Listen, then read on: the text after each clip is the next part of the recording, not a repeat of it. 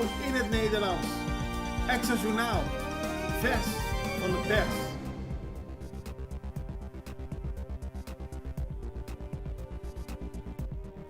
Welkom bij Extra Journaal. Fijn dat u weer kijkt. We hebben het belangrijkste nieuws voor u op een rij gezet. En na de reclame gaan we een kijkje nemen in Boase, dat luxury resort hier op Curaçao. Blijf kijken.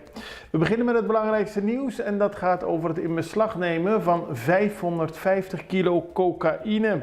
Dat gebeurde gisteren door het marineschip Zijne Majesteit Groningen in samenwerking met de kustwacht.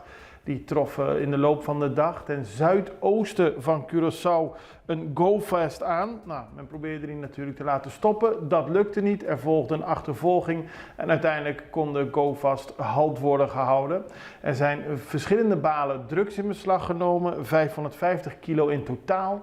6 mensen aangehouden en de GoFast is ter plekke gezonken. Tenminste, men heeft het laten zinken omdat het lastig was het helemaal terug te varen naar Curaçao. De drugs zijn overgebracht naar het politiebureau in Rio Canario. Veel vertrouwen in Sylvania, een opmerkelijk resultaat wellicht. Maar tegelijkertijd hoor je ook op straat heel vaak dat veel mensen veel vertrouwen hebben in de huidige minister van Financiën en Gezondheidszorg, Javier Sylvania. Dat komt ook naar voren uit een enquête dat gehouden is door het UDC. Die hebben tussen 4 en 21 juni ruim 700 mensen ondervraagd over vertrouwen in de politiek. En Sylvania scoort het hoogste met 41%. Daarna mevrouw Lamoni Cecilia, de leider van de PNP en minister van SOAW met 33% en minister van Onderwijs Citré van Heijdorp met 27%. Pik Pisas, de minister-president, eindigt op de 5e plaats met 23%. En de hoogste niet-minister is parlementariër Sheldry Ossepa, die met 19% als hoogste van de parlementariërs scoort wat betreft vertrouwen onder de Curaçaose bevolking. Het was beter in de Antillen. Dat is een andere uitkomst van dezelfde enquête. En dat is wel opmerkelijk, omdat meer dan de helft van de ondervraagden in deze enquête van de UDC van mening is dat we beter af waren in de periode toen er nog Nederlandse Antillen bestond. Iets meer dan de helft vindt dat. En er is ook gevraagd wat men denkt over de huidige staatkundige verhoudingen. Nou, 23% van de mensen vindt dat we onafhankelijk moeten worden. 54% is het daar weer helemaal niet mee eens. Dus de bevolking is verdeeld wat dat betreft. Tegelijkertijd zeggen veel mensen, bijna 2/3 van de ondervraagden, hou maar een referendum, dan weten we waar we aan toe zijn. En dan kunnen we bepalen hoe we onze staatkundige toekomst willen invullen. Nou, misschien dat het ervan komt.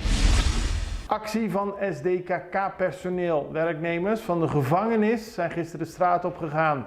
Het gaat onder meer om het meubilair waar ze mee te maken hebben. Dat is oud, versleten en kapot.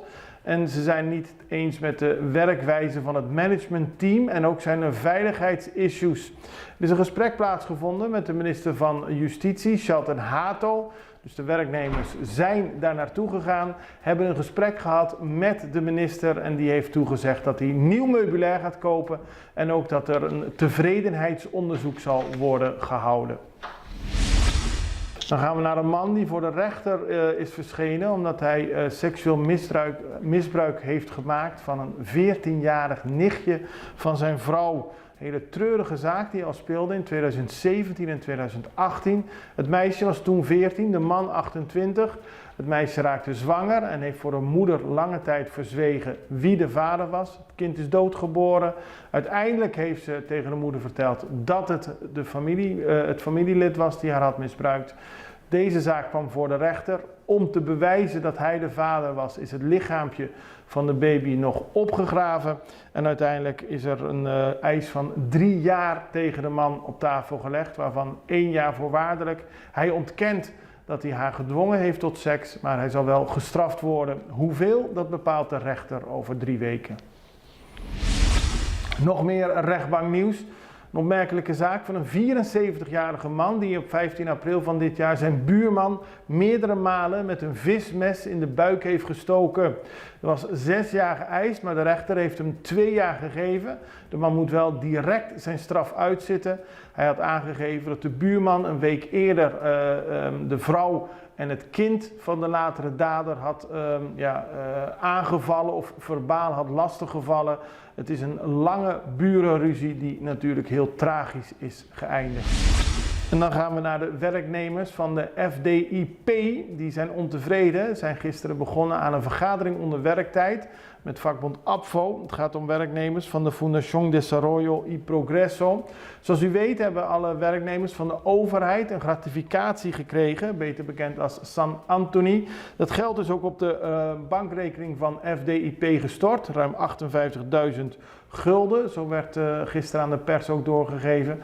Maar de werknemers hebben nog steeds niks gekregen en ze zeggen dat ze pas weer aan het werk gaan als ze daadwerkelijk de gratificatie krijgen waar ze recht op hebben. We gaan even naar de reclame en zijn zo bij u terug. Si bono sapa king ni pa quanto gente botingo hasi compras, bon por hasi compras bon ni presupuestate fin di luna. Untasina? Bota risca di gasta 100 comprando di menos di algo esencial y di más di algo innecesario. Mes costa conta pa nos país. Sin bon data, nos no por planificar. Por ejemplo, quanto adulto mayor ting? Y mucha cuta ba escola? ¿Y cuánto tiene disabilidad? PCI se esta organizada Censo 23. Para tu instancia comester de buena información por años aquí. Familia Coopera, saco Censo 23 tapahanya un vista total, correcto y anónimo. E familia aquí ta Coopera. Abodame. Panosa con nosta. Een 62-jarige vrouw uit Aruba wordt momenteel behandeld in het Erasmus ziekenhuis in Rotterdam. Ze heeft leukemie en heeft een stamceldonatie nodig, maar er kan niet een juiste donor worden gevonden. Daarom is de familie begonnen met een oproep om te zorgen dat ook mensen op Curaçao, Aruba, Bonaire zich aanmelden als mogelijke donor. Het heeft te maken met de genetische banden en waarom het beter voor die vrouw is, die zelf uit Aruba komt, dat er hier mensen worden gevonden. De familie die heeft het natuurlijk moeilijk, want de vrouw heeft een donor nodig. De familie hoopt dat veel mensen zich gaan aanmelden. Het gaat om een simpele speekseltest en als er dan een match is, kan het leven van de moeder gered worden. De vrouw krijgt op dit moment immuuntherapie om voorbereid te zijn voor een transplantatie. Ook is ze al getest voor dat proces. Op dit moment is er geen match, maar in verschillende donorbanken wordt stug doorgezocht. En we hopen dat veel mensen zich registreren, zo zegt de familie, die ook aangeeft hoop te houden. Mensen bewoners van Aruba, Curaçao en Bonaire die zich willen aanmelden, kunnen een WhatsApp sturen naar nummer 0297 738 1979. Dat is op Aruba 0297 738 1979. Mensen uit de Cariben die in Nederland wonen kunnen zich aanmelden via www.matchis.nl en dat is MATCHIS. Laten we samen helpen om te zorgen dat deze vrouw geholpen kan worden. Dan gaan we naar iets heel anders. Boase Luxury Resort is een prachtig resort hier op Curaçao. En die zijn genomineerd door de Caribbean Journal voor het meest luxueuze boutique hotel van de Cariben. Dat is natuurlijk goed nieuws. En we spraken met managing director Thijs van der Valk. En we vroegen hem hoe belangrijk die nominatie is. Ja, voor ons is het mega belangrijk. En niet alleen voor het resort, maar ook voor iedereen die hier werkt.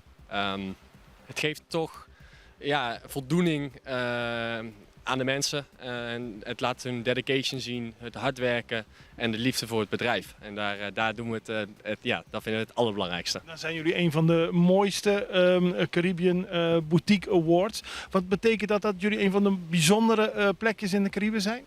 Ja, dat denk ik wel. We mogen meedoen met de top in de Caribbean. En op een eilandje als op Curaçao. En daar zijn we heel erg trots op. En iedereen die hier werkt is daar ook super trots op. En het heeft heel lang geduurd. Maar genomineerd worden en zelfs misschien wel winnen zou heel mooi zijn voor Boase en maar ook Curaçao.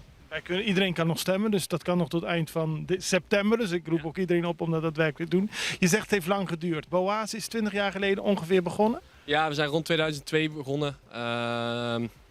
Nooit de intentie gehad om het echt zo groot en zo luxueus te maken. En het is organisch gegroeid. En elk jaar proberen we terug te investeren in het resort en ook in het personeel. En we hebben meer dan 200 man nu in dienst, ver boven de 200 man.